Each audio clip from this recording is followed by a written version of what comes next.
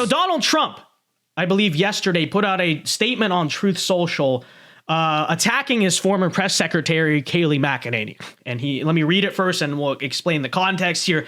Kayleigh Milquetoast McEnany just gave out wrong poll numbers on Fox News. I am 34 points up on DeSanctimonious, not 25. While 25 is great, it's not 34. She knew the number was corrected upwards by the group that did the poll. The rhinos and globalists can have her. Fox News should only use real stars. All right. So understandably, as I have seen, a lot of people are really mad at Donald Trump for this. They're like, how dare you throw Kayleigh McEnany under the bus, all this stuff. And here's what I'll say about it, okay? I don't have anything against Kayleigh McEnany. I guess I still like her. I'm still fine with her or whatever. But it should be pointed out, as a matter of fact, she's been saying a lot of positive things about DeSantis in recent months. And she's, like Donald Trump implies, been very milquetoast on the issue of Donald Trump. And, just understand that's where the attacks are coming from. Now, you could say that perhaps Donald Trump needs to be bigger than that. And it is, hey, listen, but we also know that's just how Donald Trump is. That's how he's always been. Point being, here's what I'm going to try to get at here. I don't really think this is the biggest deal. Like, it's one comment on Truth Social. Maybe should he have said it? Probably. I guess not. I don't know. I know a lot of conservatives are just not happy, saying this is not the way. Everyone is like, concern trolling all over Twitter about this. And I mean, yeah, on one hand, the way I see it, I don't know if Kayleigh McEnany is necessarily the biggest fish to fry, right? I don't know if it's like the prime target. But again, I will point out, this is not out of nowhere. This is not out of left field. Kayleigh McEnany, if you watch on Fox News and stuff, has been very milquetoast and kind of favorable to an extent to DeSantis. I don't know if she's even endorsed him directly, but again, been very favorable to DeSantis. And my thing there is like, okay, I get it. You have your own right to your own opinion. But to some degree, I also have to understand why Donald Trump feels a little bit betrayed, because Donald Trump is the guy who made her career, right? Donald Trump's the guy who...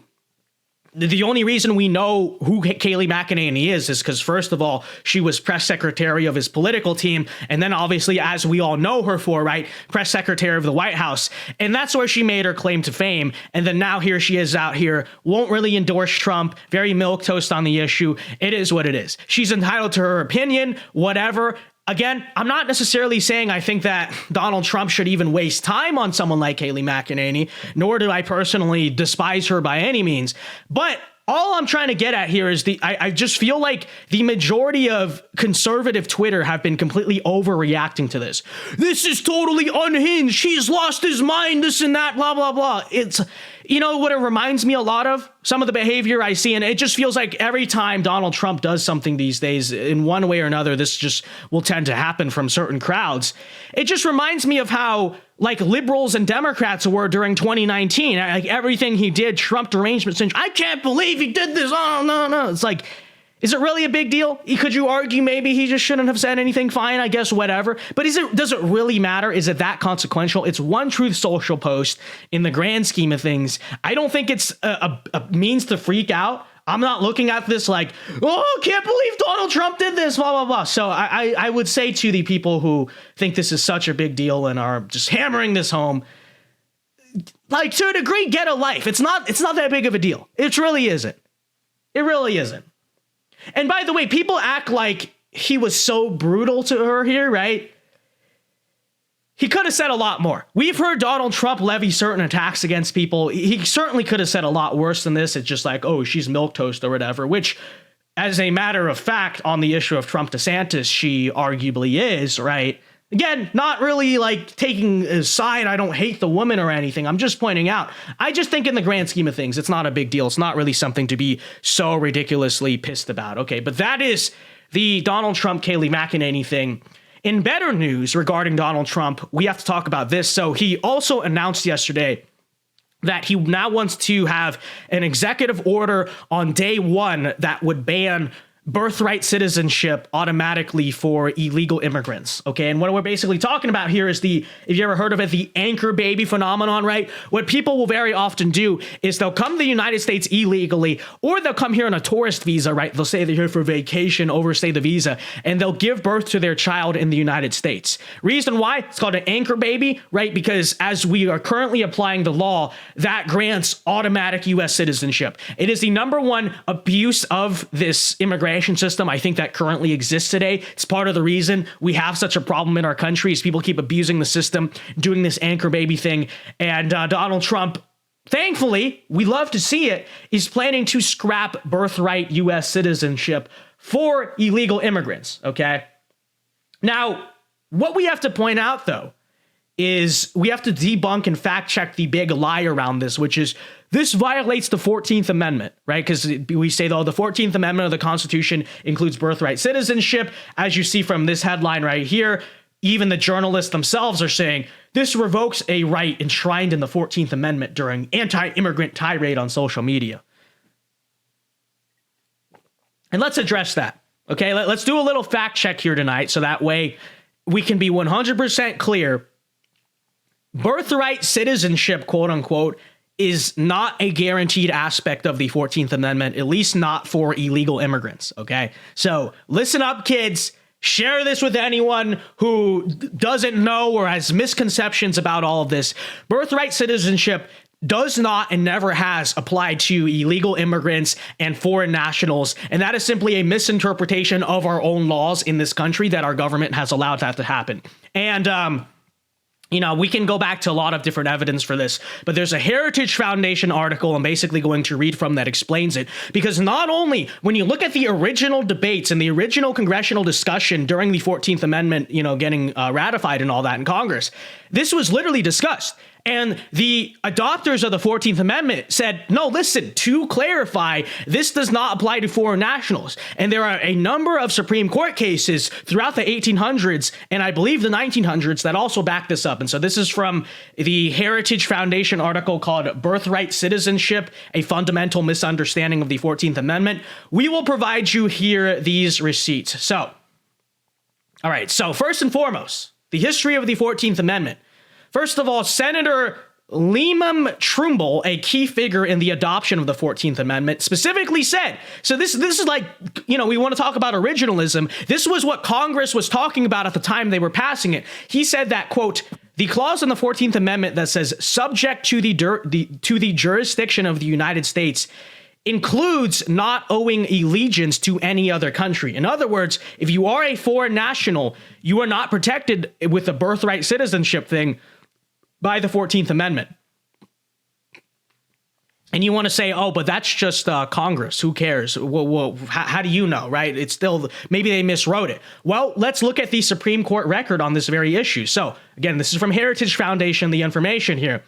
In the famous slaughterhouse cases of 1872, the Supreme Court stated that this qualifying phrase, again, subject to the jurisdiction of the United States, which people have interpreted to mean, oh, if you're born in the United States, that means you have birthright citizenship. No. The Supreme Court stated that this was intended to, quote, exclude children of ministers, consuls, and citizens or subjects of foreign states born within the United States. You need to read that one more time. This is from the U.S. Supreme Court in 1872, interpreting the 14th Amendment. It does not include children of ministers, consuls, and this is the big one, citizens or subjects of foreign states who are born within the United States. This was confirmed in 1884 in another case of Elk versus Wilkins, when citizenship was denied to an American Indian because he was, quote, owed immediate allegiance to his tribe and not the United States. That is even more interesting, right? Even at the time of the ratification of the 14th Amendment, it was understood that this did not even apply to the Native Americans themselves. And we continue here. American Indians and their children did not become citizens until Congress passed the Indian Citizenship Act of 1924. There would have been no need, and this is true, there would have been no need to pass such legislation if the 14th Amendment extended citizenship to every person born in America, no matter the circumstances of their birth and no matter who their parents are. But as we see from a very basic reading of the history of this amendment and the history of the United States, yeah, just because you're born in the United States does not mean you're granted birthright citizenship, okay? And so all the journalists who are running with this as a statement of fact saying this is protected by the 14th Amendment, you're wrong. And frankly, like, I don't know, someone should demand a retraction there. But anyways, even in U.S. versus Wong Kim, kidding. In the 1898 case, most often cited by birthright supporters due to its overbroad language, the court only held that a child born of lawful permanent residence was a U.S. citizen. That is, okay, you got that? 1898. Supreme Court says that only a child born of lawful permanent residence was a U.S. citizen. Okay, so yes, if you're here on like a long-term visa, right, you're a permanent resident. Then if your kid is born here, then they're a citizen. And that's like, it is what it is. Like that, I guess, makes sense, right? But if you are an illegal immigrant, even the case that they often bring up, that doesn't apply there. And especially if you're just here on a tourist visa, if you're just here let's vacation in the United States and have an anchor baby. Yeah, you're not granted U.S. citizenship according to the precedent of the Supreme Court regarding the 14th Amendment.